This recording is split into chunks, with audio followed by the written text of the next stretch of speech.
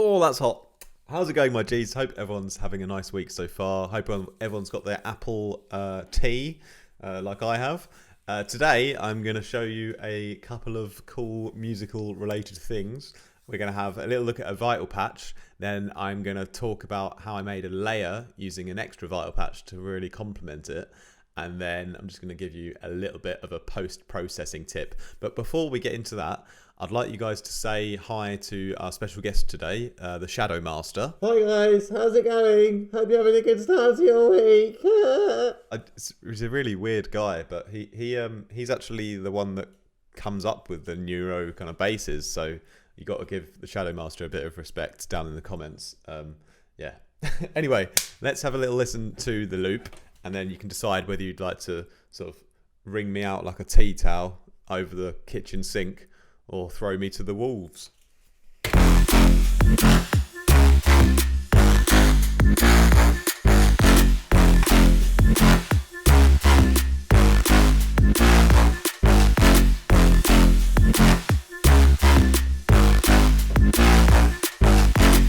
So, pretty nice bass, if you wouldn't mind me saying so, and you wouldn't mind agreeing.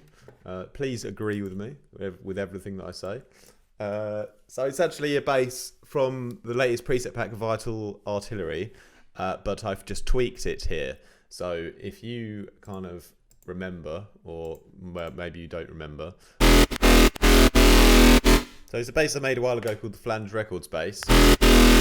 But what I've done is I've just tweaked it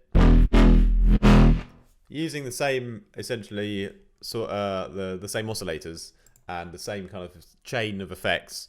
I've just tweaked a few things, but mainly I've applied a low pass filter here. And to get everything running through it correctly, I figured out that, you know, these guys are all going into filter 1 here, oscillator 3, 2, and the simp mode.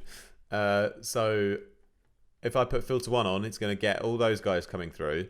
But where oscillator 1 was not going into filter 1, I'm turning it on here so I can make sure I get that in here plus the combination of these guys. So everything is basically going in normally to a new filter which has a low pass on it. And all I've done on this one is I've made a beautiful pattern here, and it's like the womp womp and wow, right? So you have two like wobs and then like a wow wob. Technical terms, yeah? So doom doom wom wom. And yeah, that's really just sick in the groove, in my opinion. And then I'll talk about the MIDI and the post-processing afterwards. But that's basically what I did for this filter here.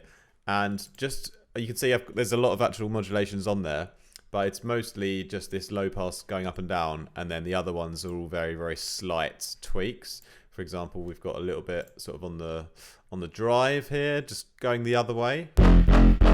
Very slightly, and then I have a little bit on the compressor. You can barely hear that. It just kind of boosts the high end a little bit, and then I've got a little bit of white noise that comes up with the LFO as well. A little bit of drive, and also on our effects here we have like another filter, and I've just kind of put that on the LFO 3 on the drive here as well. But another really cool thing that I've done to give the stereo a bit of extra kind of flavour and magic is I've gone to the advanced tab here, and I've tracked the LFO also to the stereo unison. So you just kind of turn this down, because originally it starts up at sort of 100, and it means that it's like unisoning everything in stereo like fully. But if you bring it back, you get a bit more of a mid kind of signal, like a bit more of a monoized sound. So if I find a nice place for it and put that on the LFO here, I go a little bit sort of from mono to stereo. So I get that dynamic kind of opening and closing in the stereo image throughout the wub. So that's very exciting, isn't it? It's very exciting, isn't it? Yes. I should be a YouTuber. That'd be good. Yeah. Aside from that, that's basically the modulations or the changes I made to that patch. I'm obviously playing it at a different, and playing it actually higher in the loop. And yeah, here's the MIDI patch that I've made, just sort of off the cuff.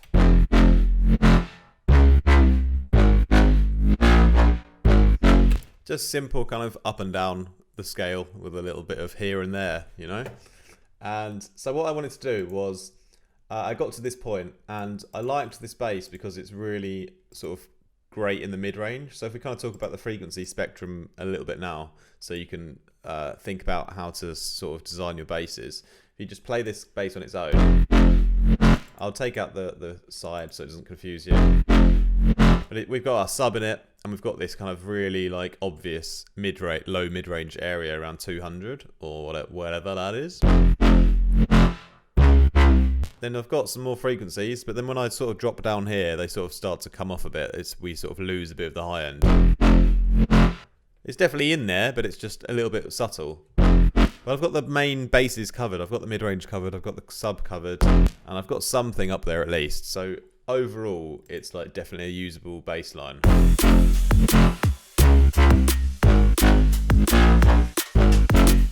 But what I wanted to do was I wanted to bring out more of the high end, and I was thinking of few different ways to do it, and I was experimenting, and in the end I found the best way was to just copy the vital patch and make another separate basically synth line, but with just distortion and EQing. So if we listen to it on its own, wow, I'm going to turn these guys off quickly.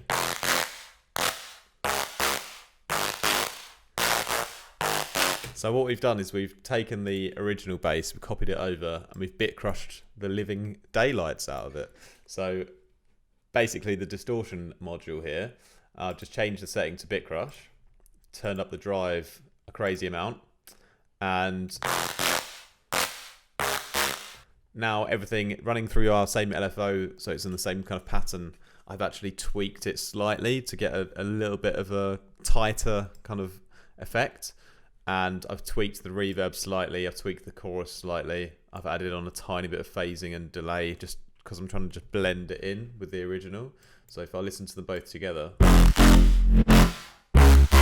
it's a really nice crunchy texture in the high end, but I want it to sort of feel almost like one. So yeah, I've had to just do a few little changes and within the synth to get it to kind of fit together. And then, yeah, that's basically what it kind of sounds like together, you know, without any post-processing. And already, if you listen to that in the whole sort of loop,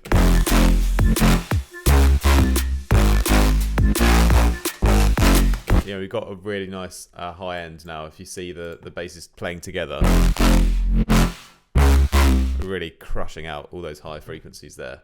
But what I'm going to do now is because it's a little bit extreme still, I'm going to tame it back a bit with some extra post-processing on this bit crushed layer. So on this princess layer of bit crush kingdom.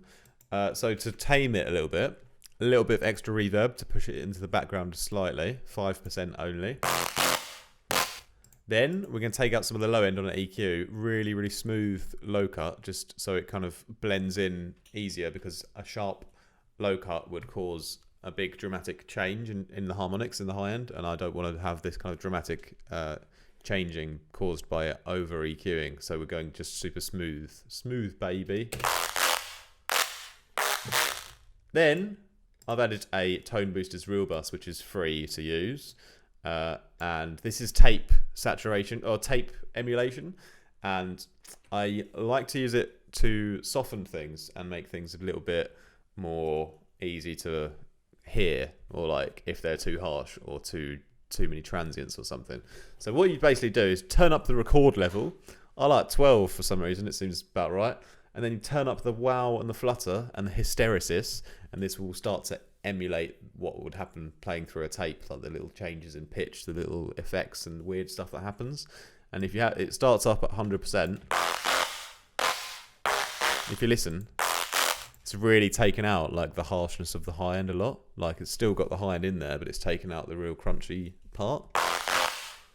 And so I'm going to blend that back in, so I've got just a little bit of that crunchiness still in there.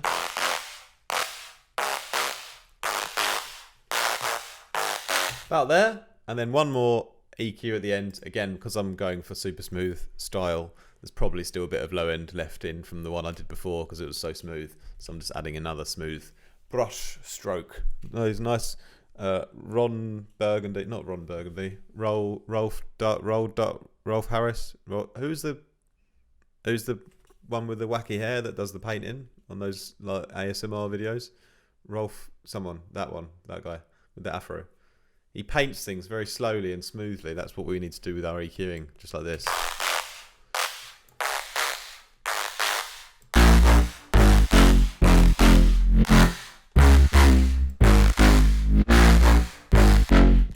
And then all together, you know, adding in our muted trumpet from Spitfire Labs as well, because obviously that's a really important addition.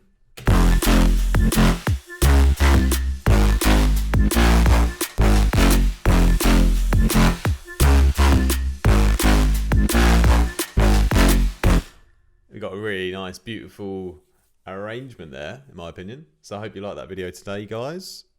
Feel free to, as I said, like and comment down below. Say hi to the Shadow Master. We're almost at 2,000 subscribers, so that is very, very exciting. We'll have a live stream and a preset, free preset pack party for sure. See you guys tomorrow. Have an awesome day.